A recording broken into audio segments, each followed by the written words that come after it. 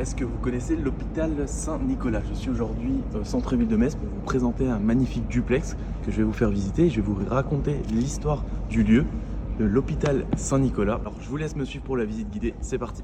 De 816 à 1986, l'hôpital Saint-Nicolas fut un lieu de soins et de charité emblématique de Metz. Fondé par les pouvoirs religieux et féodaux, il accueillait les plus démunis, pauvres, malades, pèlerins, blessés. Des médecins renommés, dont Rabelais, y ont pratiqué au XVIe siècle, soutenus par des financiers publics et des dons.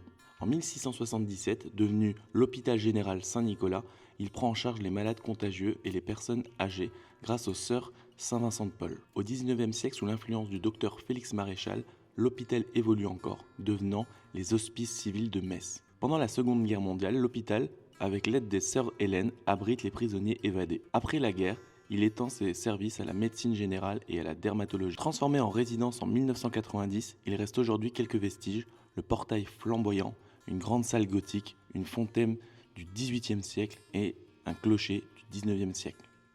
Saint-Nicolas symbolise des siècles de charité et de soins dans l'histoire de Metz.